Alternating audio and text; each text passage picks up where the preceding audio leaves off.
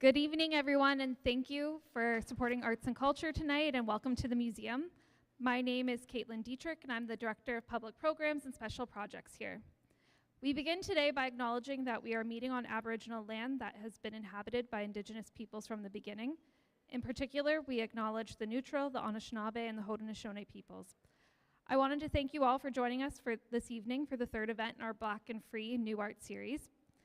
For those of you that are joining us in person, to just familiarize everyone with the space, there are washrooms to the right of the elevators on every floor. There are also accessible washrooms to the left of the elevators. After the formal program's completed, in addition to visiting with the vendors, please feel free to explore the museum's exhibitions on our third and fourth floor. The museum will be closing at 9 p.m. tonight. So please join me in welcoming Dr. Raechele Lovell up to the stage. She'll be performing a song and reading an excerpt from her book, Performing Female Blackness. Thank you. Thank you. Feels so nice to be here with you, so nice. We have gathered around the fire again, so nice. Hearts open to feel and heal, so nice. We are alive, so nice, so nice, so nice. Such an honor to share this world with you. Ask the spirits to guide us the whole way through. May our pasts and futures collide in this place. Carry us all in a warm embrace. Feels so nice to be here with you, so nice. We have gathered around the fire again, so nice. Hearts open to feel and heal, so nice. We are alive, so nice, so nice, so nice, so nice.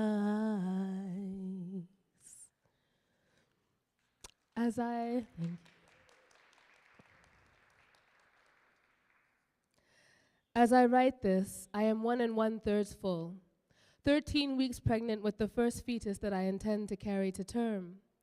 Laden with the enormity of this intention, I have avoided telling extended family and friends, petrified by the possibility that biological unfoldings will trump the fulfillment of my intent.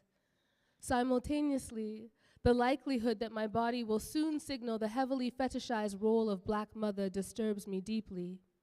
I vacillate between a deep and abiding desire to share the news and an equally visceral frustration that my expanding uterus will soon betray the controls I have learned to put in place over performances of my personal life in public. Survival has become a heightened preoccupation of mine with each passing day. I suspect that my thoughts of survival are not musings on my present circumstances, but a heightened awareness of what is to come.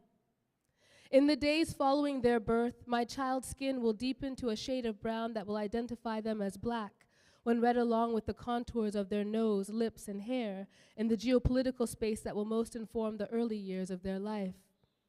As such, they will be a member of the third largest visible minority group on Turtle Island, on the lands also known as Canada, and the third largest visible minority group in Takaranto, also known as Toronto, the metropolis where they will likely be raised. Will they be one of a few children in their daycare? Will their hair be a site of intrigue that children and adults comment upon and touch? Will they attempt to rub the brown off of their skin? When will they ask me why we call ourselves Black when our skin is brown? When will my child shift from simply being in the world to attempting to see themselves through others' eyes in the world?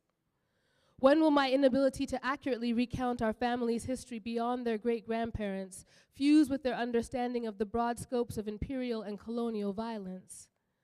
When will they begin to understand that the Canadian national narrative includes limited articulation of the realities of people like their family members? When will they begin to feel and question the violent legacies and contemporary realities of misogyny and misandry in Black people's lives? Will they learn to perform to survive? How will I teach them to shift their performances into imaginative spaces of insight, power, and agency? These are some of the questions and thoughts that fueled the start of Black and Free. Welcome.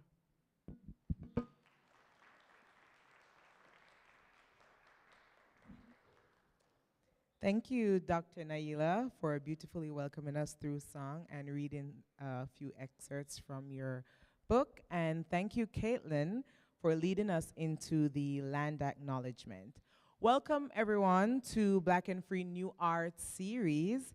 Thank you for joining us here in person at the museum in Kitchener, Ontario, and online on YouTube. We appreciate you for being here. My name is Shanique Mothersill, one of the PhD research assistants on the Black and Free Project. I am a Jamaican-born Black feminist poet, graduate teaching assistant, and PhD student in gender, feminist, and women's studies at York University. I recently completed my second MA in the Center for Women, Gender, and Sexuality Studies at Florida Atlantic University after completing my first MA in Pan-African Studies and a Certificate of Advanced Studies in Women's and Gender Studies at Syracuse University. In my current research, I focus on the poetics of Jamaican women's aliveness, specifically the ways in which Jamaican women's multiple acts of living help us understand gendered and racialized beingness in the African diaspora. I am also joined here by two other incredible PhD research assistants, Jaleesa Ricketts and Laura L. Makawi. Jaleesa is a filmmaker and PhD student studying social and political thought at York University. Her research focuses on spatial theory, Black geographies, cultural geographies, and architecture. She currently holds a Bachelor of Arts in Psychology, a certificate in Black Canadian Studies, and a Master's of Arts in the Humanities.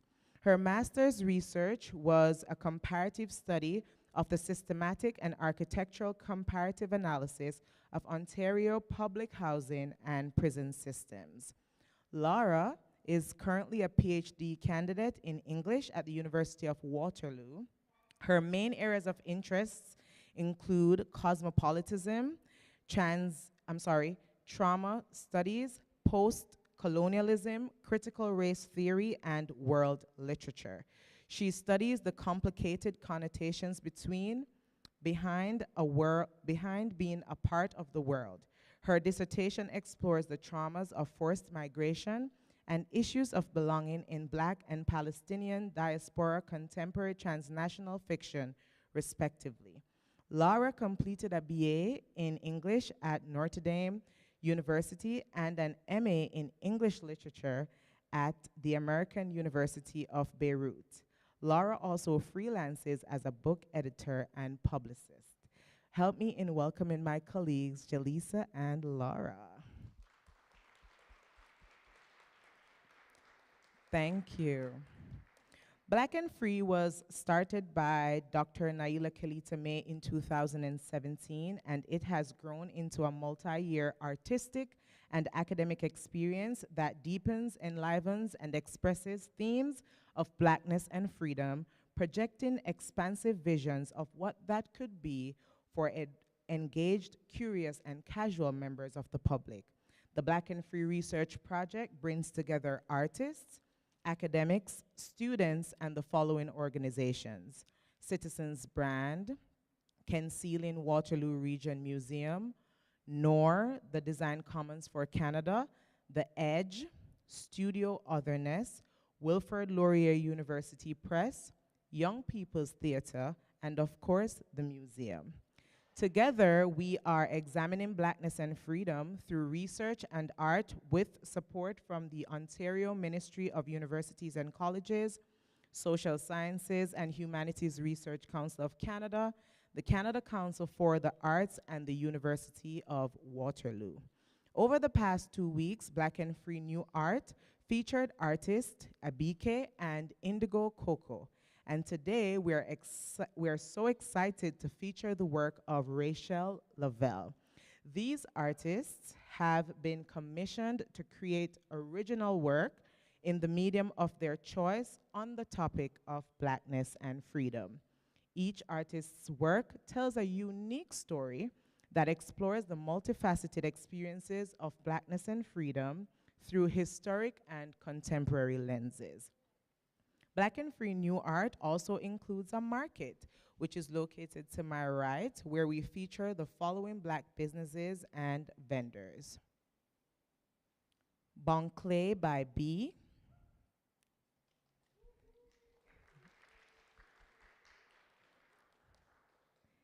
Caesar's House of Bread,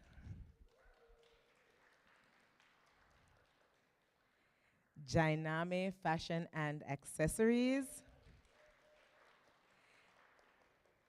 and Dr. Naila's book sale. You are encouraged to stop by each table to learn more about the vendors and, of course, support, chat, and chill with each of them.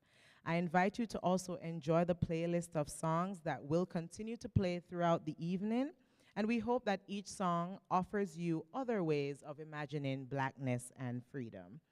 I also invite you to please follow us on social media. On Instagram, we are Black and Free _, and on Facebook, we are Black and Free 1. We look forward to your engagement, and we are eager to continue to do this work around Blackness and freedom, and of course, sharing it with you all. In tonight's event, you are encouraged to move around freely, but we welcome you to grab a chair and sit on the mats wherever on the floor. And without further ado, it is my pleasure to introduce this evening's featured artist, Raechele Lovell, whose work is entitled Uncovering Roots. Raechele is an experienced choreographer, performing artist, director, dramaturg, dance educator, adjudicator, competitive coach, and musician with a passion for fostering a love of the arts in our next generation. She has a keen eye for technical detail and a deep appreciation for storytelling. She operates through the lens of a passionate, Black identifying biracial woman with long life experience in the arts industries of southwestern Ontario. Her mandate is to decolonize the arts sector in advocacy of equity, diversity, and inclusion. Raechele, we look forward to hearing from you about your process of creation and the ways in which you are engaging with the topic of Blackness and freedom. Welcome, Raechele.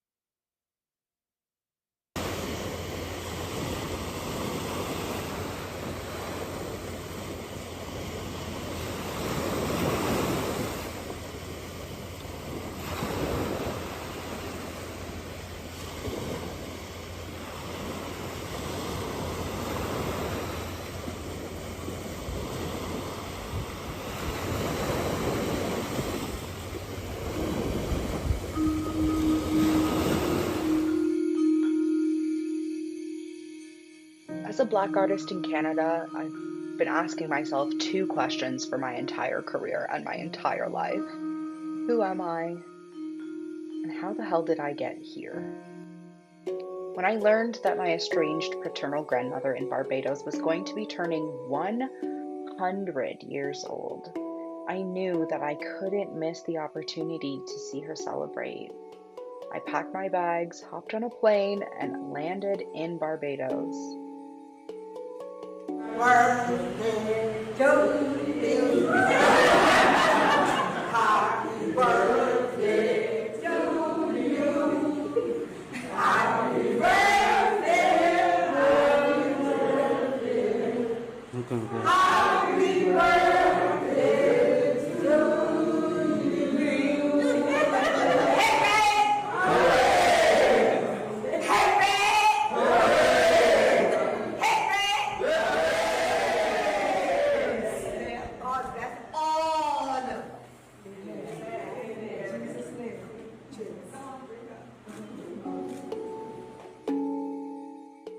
Surrounded by her family and friends, my grandmother had a chance to be interviewed by the Prime Minister, as well as gather for a party with her family.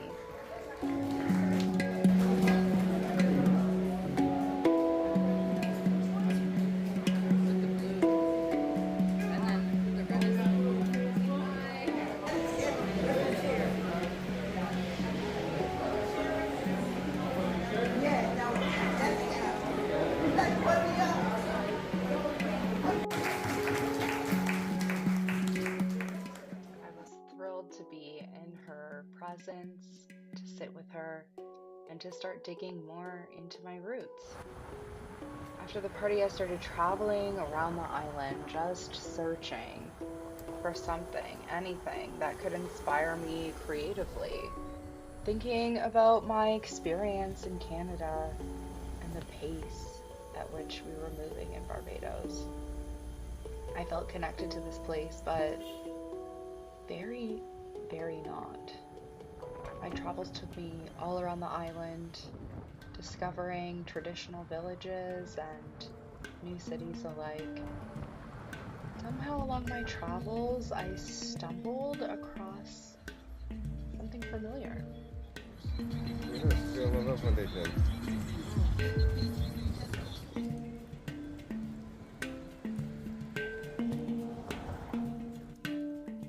As it turns out, Pan-Africanist activist Raechele Lovell is my great-grandfather.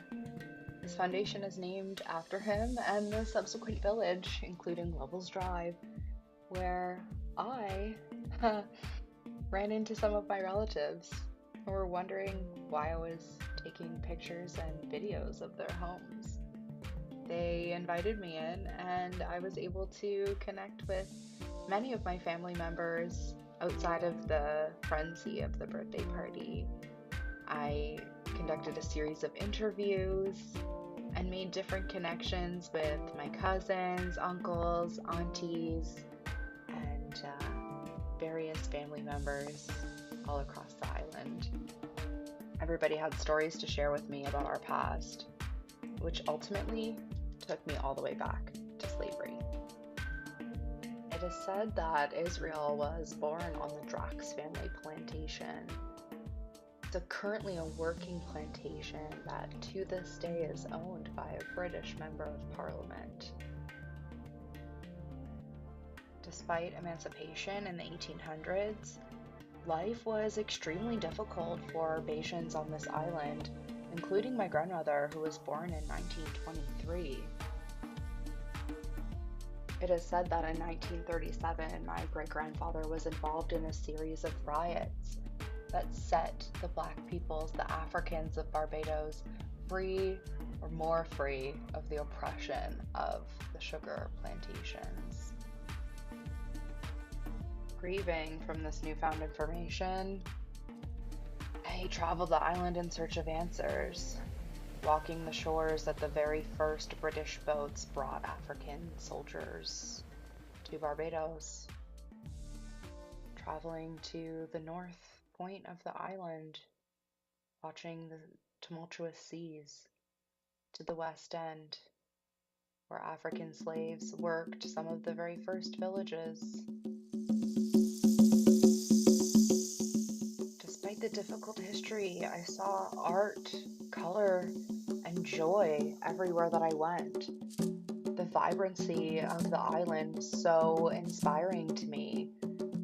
This clear sense of inspiration from nature, different forms of artistic practice, Black art, Black joy, Black dance, Black music, Black visual art. Everywhere I went, I was inspired by the different artistic endeavors, the entrepreneurial spirit, the resiliency, the gumption, all of these qualities in myself that, frankly, I've been told are kind of negative. But on this island, I really could see the beauty in the grief, the resiliency of the African peoples,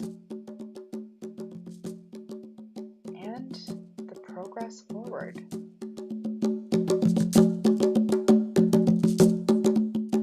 One night, I was completely stopped in my tracks by this magnificent installation, the Rock Hall Freedom Park. Erected in 2020 as a beacon of hope, it stands in the very first emancipation settlement of 1850, where Africans were finally permitted to own land. This abstract that sits at the foot of the statue has become the basis of my piece for freedom and what it means to be embodied. Place free from guilt and shame, and the possibilities of imagining a better future. I began to reflect deeply on the history of resiliency and resistance within my family. I cleansed myself every day in the sea. I gave myself space for love. I practiced holding space for myself, learning to embody joy in the face of resistance. Eventually, it was time to return back to Canada and start building out my performance. I already knew I wanted to experiment with this fabric. I'd been playing with fabric and dance since the start of the pandemic. This is my first quarantine art when I could not stand being in lockdown anymore.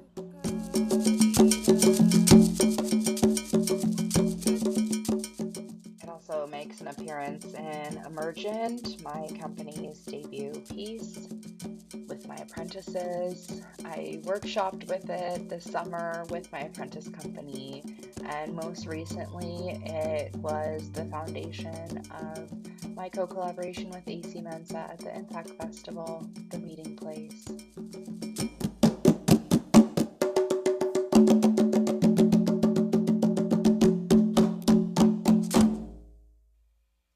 I really wanted to experiment with the fabric, signifying the threads of connectivity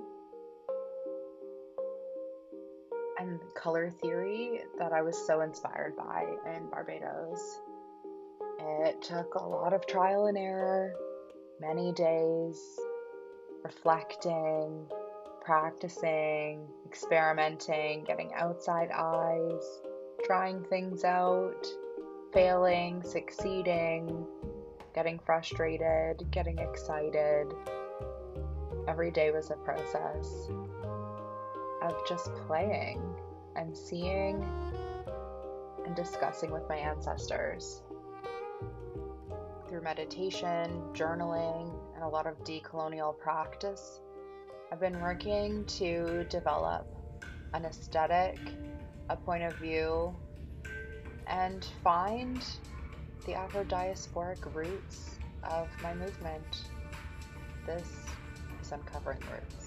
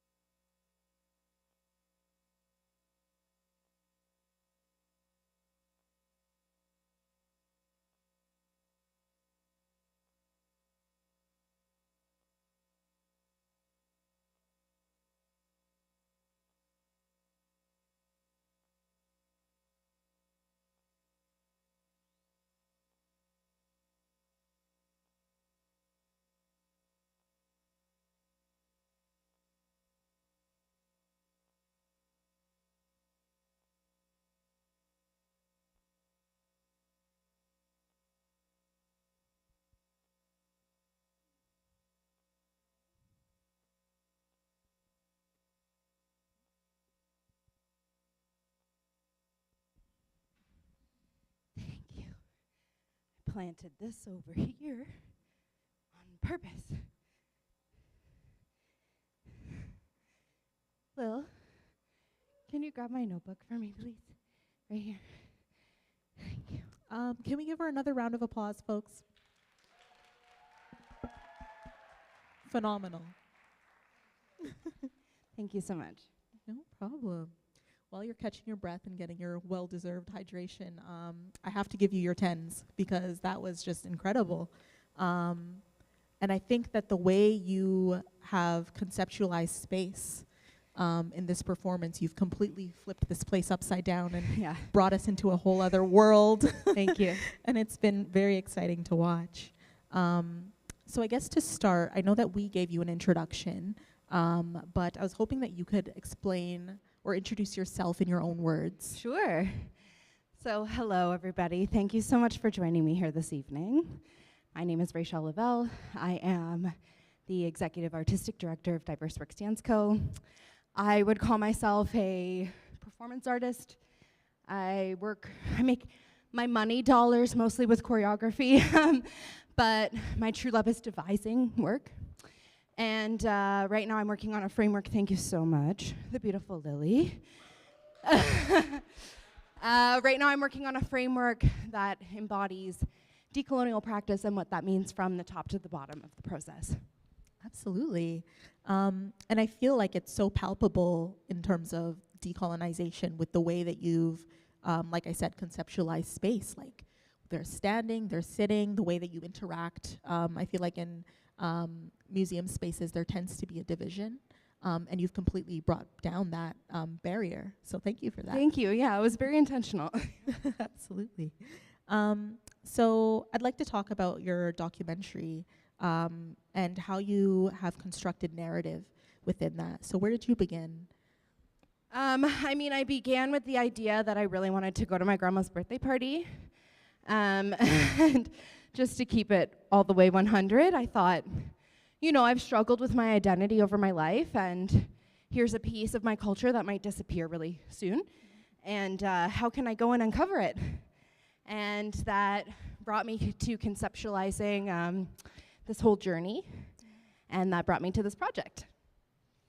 Amazing. And I feel like there's conversation between that experience and the dance. I was wondering if you could elaborate on that a little bit. Yeah, I really believe in embodying my lived experiences as a facet of my work. So it was important to me that my body, my spirit body, my energy body, my physical body were all in space with my ancestors. Obviously, I spend a lot of time on this land, predominantly on this land, so that's an experience that I have. And I like to memorize those experiences and then put them inside of myself energetically and bring that out in my performance. Right, and I feel like you talking about this carrying is interesting because I also feel a sense of release. Yes, certainly. It's very healing. Obviously, if you internalize things, it can be very damaging. So I feel like this gives me a healthy place to put things. And for me, that's the embodiment of freedom. That maybe the art doesn't look that way, but it feels like that kind of release for me. I think your freedom is very palpable. I feel like we can feel it. And I think that the use of fabric as well is a really interesting motif of that. I was wondering if you could elaborate on that a little bit as well. Yeah, we see fabric a lot in Afro-diasporic work. I think particularly for women, we see it in the skirts. So I really wanted to embody that feeling of learning the folklore dances as a child and loving my skirt, but wanting to turn it into something that was more contemporary and more in line with my lived experiences of gender and inclusivity in this day and age. Right. Thank you so much. So you found out that your great-grandfather was a freedom fighter and a Pan-Africanist, sorry. So how does this tangible lineage of resistance, impact your art? Because it's there and you can acknowledge it. And it's fairly recent, great-grandfather, right? Yeah. So how does that so that's impact? my dad's grandfather. And I always had an idea that I was a shit disturber. Like, I was always fighting the establishment. I was always like snipping at my teachers. I was that kid that I was always asking why. I think that's common for children, but for me, I was really obsessed with it. and so I just always felt like, this has got to be genetic. Like, I don't know where this comes from, because the people in my immediate family around me, some of us are like that, but some of us not. And I saw my dad working a lot as an advocate, but I didn't feel like I lived that experience at home. Like, who he was out in the public wasn't who I got. So I was really curious about what that is, this need to advocate in our community. And it brought me to understanding generational trauma eventually, but asking all of those questions was what helped me to arrive there. Right, right. And I think that the way that you navigate these in-betweens that you've mentioned, the dichotomy of who your dad was publicly versus privately, being in Canada versus Barbados, and then your mixed race identity, the way that you navigate that is pretty interesting. So I was wondering how your mixed race identity has impacted this piece in particular. Yeah, it really impacts this piece for me because I'm always a little bit trepidatious about claiming Afro-diasporic work as somebody who is biracial. I have a white mom, I have a white lived experience, I was essentially raised as white. I can remember my mom, rest in peace, saying that people wouldn't notice I was black when I was little. She would just like straighten my hair enough and put me in the right outfit. Obviously that's super problematic, but that's my lived experience, and so I really always connected with this part of my identity, but I feel I'm doing myself a disservice by not encapsulating my entire identity. I feel that my experience is unique because of being biracial in the 90s in Kitchener, and how a lot of people hadn't honestly seen anyone like me yet. I know we have lots of mixed ethnicities across the world, but my experience here in Kitchener was folks who were a little bit, had their feelings about it, and I got it from both sides. and it took a long time to understand that it wasn't personal. I try to bring that out in my work. Yeah. And how has that journey in terms of healing been for you? It's a long road. It's a long road, but I try to work pretty diligently at it. I find that the decolonization work really gives me a framework and a language to help me to navigate. And then obviously a really supportive community, wonderful people around me who I see tons of them here who really hold space for me and remind me to hold on to my power. That really helps. Thank you so much. And moving back to the dance, I was wondering if you could talk about how you went from concept to materializing and bringing it to life. Yeah, so I worked with a number of collaborators. I have an incredible dramaturg, Lisa Karen Cox, and we spent a lot of time discussing concepts from, like I mentioned in the documentary, I just went with an open mind, really exploring what might come out. And then I brought those themes home and I said, what does this mean? And she helps me so we use Lecoq's theory of punctures. We pulled the 3 punctures, the things that I really felt in my gut, moving through all of the material. So I took pictures, video clips, I did some journaling, a lot of meditation while I was there. And then when I came back, I tried to find those 3 punctures. Then those 3 punctures turned into the primary themes of the piece. And then with the dramaturg, as well as my producers, Lily, as well as discussions in my community, I tried to come up with the storyline. I knew I wanted to bring the fabric as an aesthetic of my motif. And then I went into the studio with my lovely colleague Vic Novak, and we just played until I found concepts that felt tangible and really embodied what I was feeling. Right, yeah. And I feel like, we talked about the fabric and how that is a beautiful motif, and, the freedom of the movement of the fabric is really interesting. And I'm also really interested in your use of light. So I was wondering what the significance of the light was for you. Yeah, so for me, the light signifies those different energetic bodies. I think we have a lot of language for this around the world, and we all have our own interpretation of this language, whether that's the chakra system, whether that's chi, whether that's religion, whether that's decolonization. So I wanted to think about those different colors and those different bodies. You know, Yamaya loves yellow, and Oshun loves blue, and trying to bring you could also think of them as elements, maybe like the water being the blue and the earth being the green, and thinking about the color theory of how those things move together with my emotions and which spirits and energies I'm feeling at the time, to try to bring that visually to people. And then usually in my pieces, the white light, it's multifaceted, just like we are as humans. It's the enemy, but it's also the good. Yeah. And I get purple from you a lot. Yeah, I love purple. What draws you to that color? I just have always loved purple. I honestly think my mom might have like projected that onto me. She loved purple. She painted my room purple when I was little. I've always been drawn to it, and this is the thing that drew me to the Freedom Rock, was that I was sitting in a parking lot waiting for my husband to grab food, and I saw this purple emanating light, and I was like, what is this? Why is it purple? It's calling to me. And then I got out of my car, I went to investigate, and the first thing I saw was the sign that said freedom. And I was like, oh, like I'm in the right place at the right time. This is what I've been searching for, essentially. And that brought me to the statue that we saw. And it was funny because the statue was like right here where this camera is in the scale of it, but there was no direct line to it. It was kind of this cue back and forth, like Wonderland going up to it. So it was a really big journey to get there, and I questioned the whole time, like, is it worth it? Am I seeing it close enough? Should I continue on? Like, is it? And then when I got to the base of the statue, I was so relieved almost, and I knew that that's what I was meant to do, because that's where I found the manifesto. It gave me the context of where I was, and it gave me that moment of reverence. Wow, yeah, that is incredible.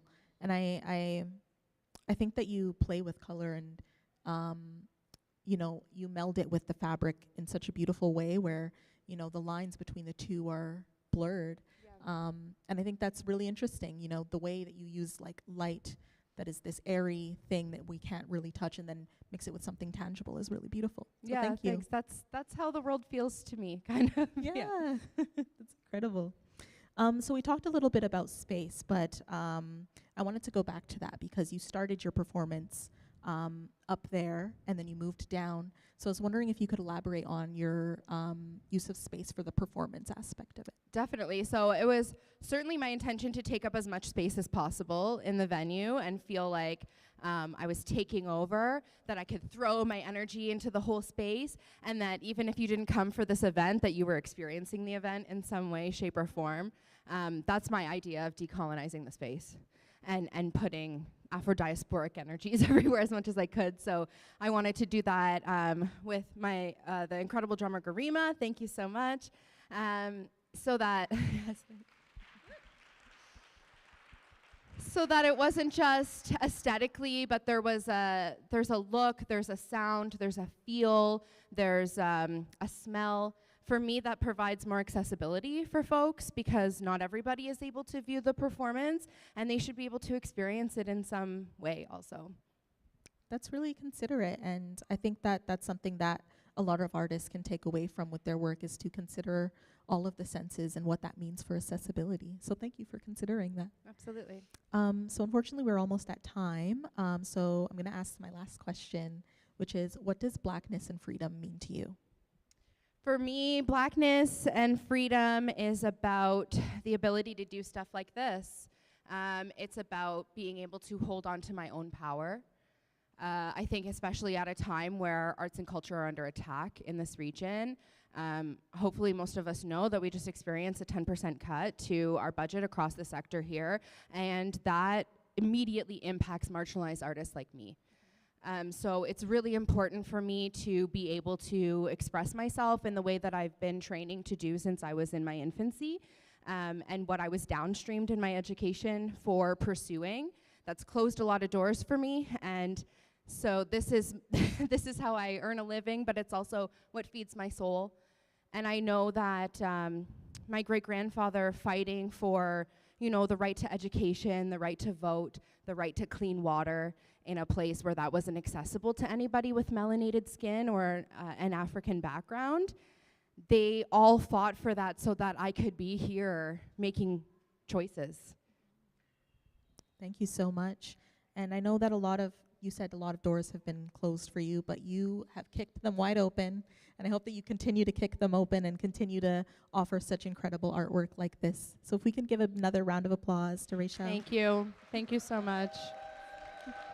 If I can just shout out all my incredible collaborators. Yes. So thank you to Nada Absula and to Yazan Maru for helping me with videography, as well as Taras is around. Thank you, Taras, for your help. Vic Novak, who has been the person dragging me along and giving me space to do this, as well as my wonderful producer, Lily Kumani Gemfunini. I'm sorry, it's so hard for me.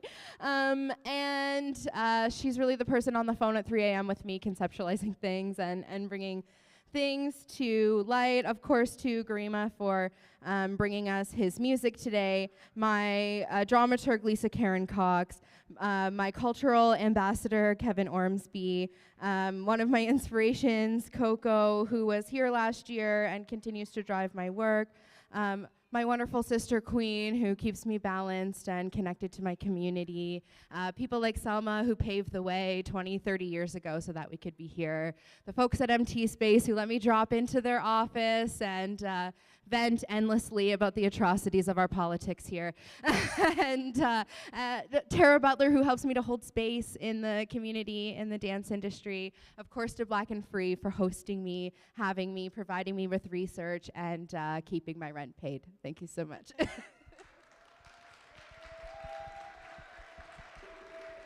So before we let you go, you're getting a standing O. Thank you, guys. Thank you. I love you so much. Before we let you go, we're going to do a little Q&A. So if you have any questions, please feel free to raise your hand and we'll bring the mic over.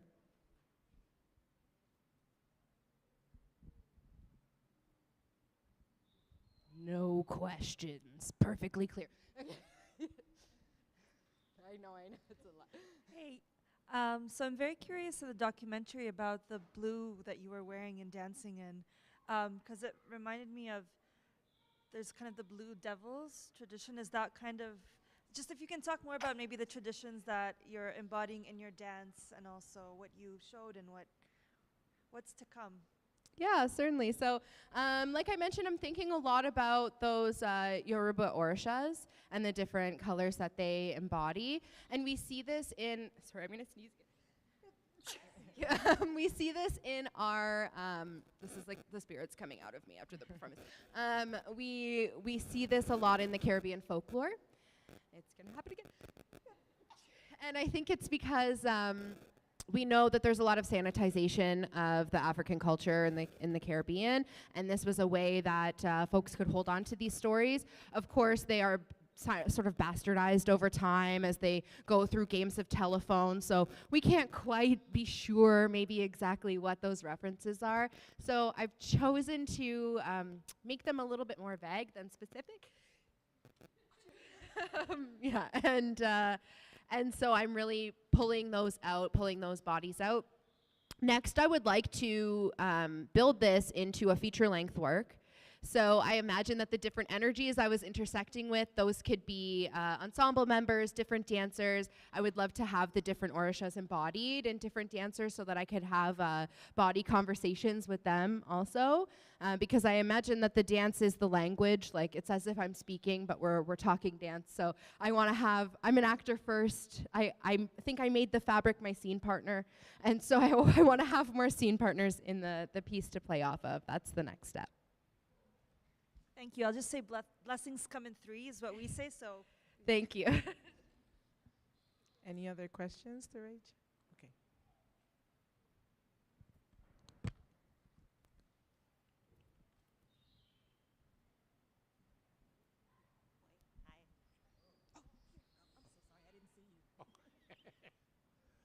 I just wanted to know how did it feel to know that you had a family member who stood for freedom and was a Pan-Africanist and was willing to step up to the plate and to fight for freedom as well, like Yeah.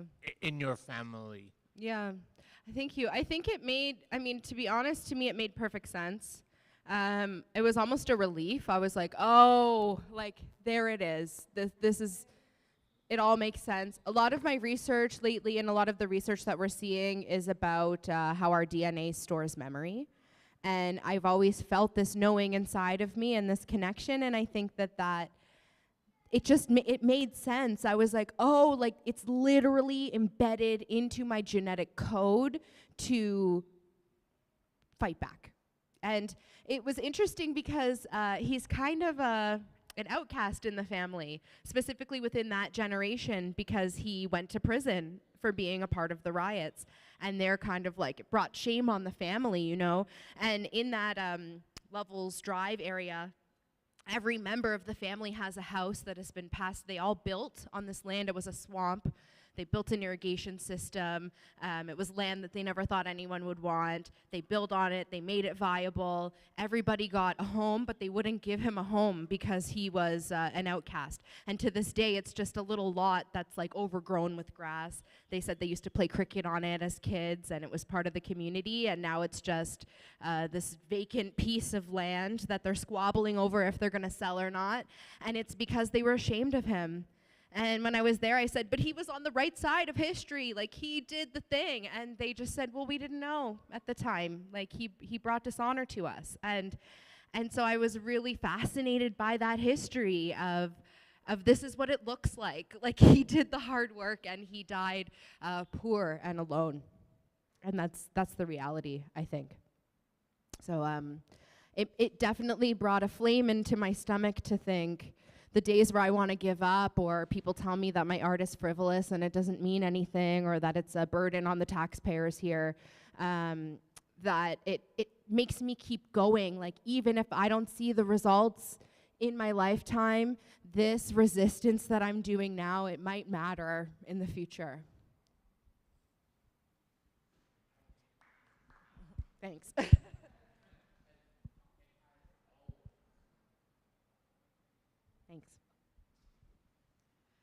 Thank you so much for the amazing work that you've shared with us this evening. God bless you. Really, really amazing. I really appreciate the title of the video piece, Uncovering Roots, because I think just as what you've just spoken about in relation to the last question, uncovering roots of resistance that are in connection to your own, right? And so, bless you. And so the question that I have is around if you can talk about a little bit more about the relationship between the video, the documentary, bless you, and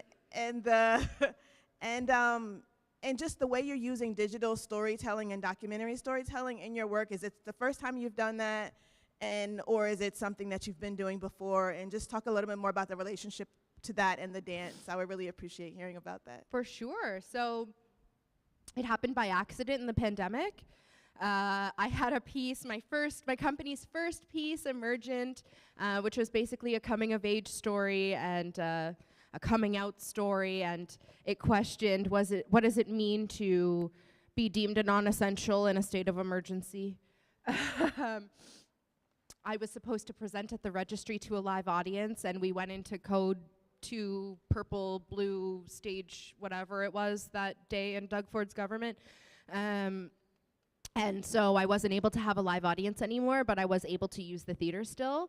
So I just got a videographer so that I could still capture it, I could still build the momentum and give the work to the young artists who I had employed at that time. And it was really helping us on a psychological and social level to have something to do, somewhere to go every week, a place where we felt we belonged, a place where we felt safe together. And I was I had a young apprentice, Sam, who I forgot to shout out. Thank you, Sam. Thank you, Natalie, for all of your incredible work bringing the company to this point. That's my childhood ballet teacher, Natalie Sebastian, as well as my very first apprentice, Sam Patrick. I think it really helped us in the pandemic, and I didn't want to give up. So we turned it into a digital format, and I saw how that could empower different markets of people that I wasn't considering, particularly the youth who spend their lives on the internet, on their Instagrams and their TikToks. I just felt like this is more accessible for them. Theater is in this country, in this province, in this region, in this city, art is a privilege. It's not afforded to everybody, and that didn't feel equitable to me. So I wanted to make something that felt more tangible. And now I've just brought it into my artistic practices as something I'm always doing. You'll see I had people following around during this, so that turns into its own content, which can move forward with the piece. And every time the company presents, every time we do something, it's always a continuation of the next thing. And you know, I imagine in 10 years that becomes its own piece of art, that becomes its own documentary. It's a living archive. Thank you. Right. Thank you so much for answering all of those questions, and thank all of you for those very thoughtful questions as well. So before we go, we're going to get some closing remarks from Dr. Naila Kalita-May. So give it up.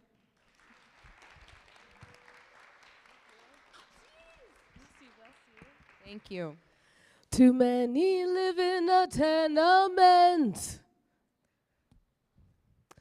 facing problems that just won't relent. Too many fail by the government. Enough politicians need to repent. They give excuses in each instant and tell lies a regular event. Centuries old is our deep lament, but few want to hear us in the present. There's just one thing they must overstand. They can't expect people to be bland.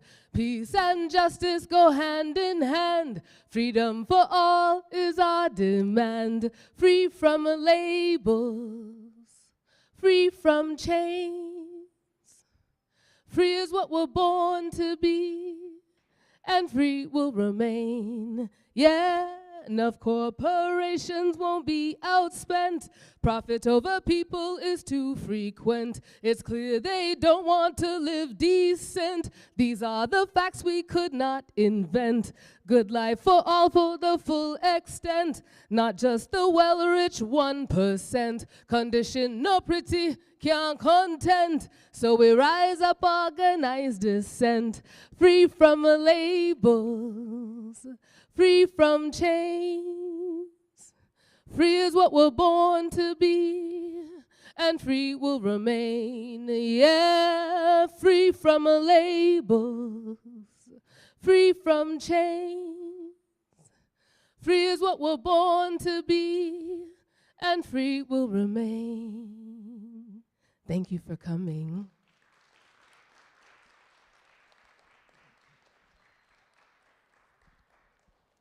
Dr. Naila Kalita-May is the principal investigator of Black and Free Research, of the Black and Free Research Creation Project, a Dorothy Killam Fellow, a Tier 2 SHIRK Canada Research Chair in Race, Gender, and Performance, a Royal Society of Canada College member, an Associate Professor in the Department of Communication Arts at the University of Waterloo, and a multidisciplinary artist. Her books are Performing Female Blackness and Beyonce and Beyond 2013 to 2016. Her full-length music albums include Firewoman 2020, Bloom 2009, and Freedom South Africa 2001. And her plays are What We Deserve 2020, No Knowledge College 2005, and Stuck 2001. She has commentated for the Canadian Broadcast Corporation, Business News Network, CTV, The National, Today's Parent, and the British Broadcast Corporation. So another hand for Dr. Naila Kalitame. Thank you, and thank you all for coming. Thank you for joining us here in person and online on YouTube. We appreciate you. Just to remind you that you can follow Black and Free on Instagram at blackandfree_, and on Facebook at blackandfree1. We now invite you to take a walk through our vendor shop or market, talk to the vendors, support them, buy a thing or two. Thank you for coming, and safe travel home. Thank you.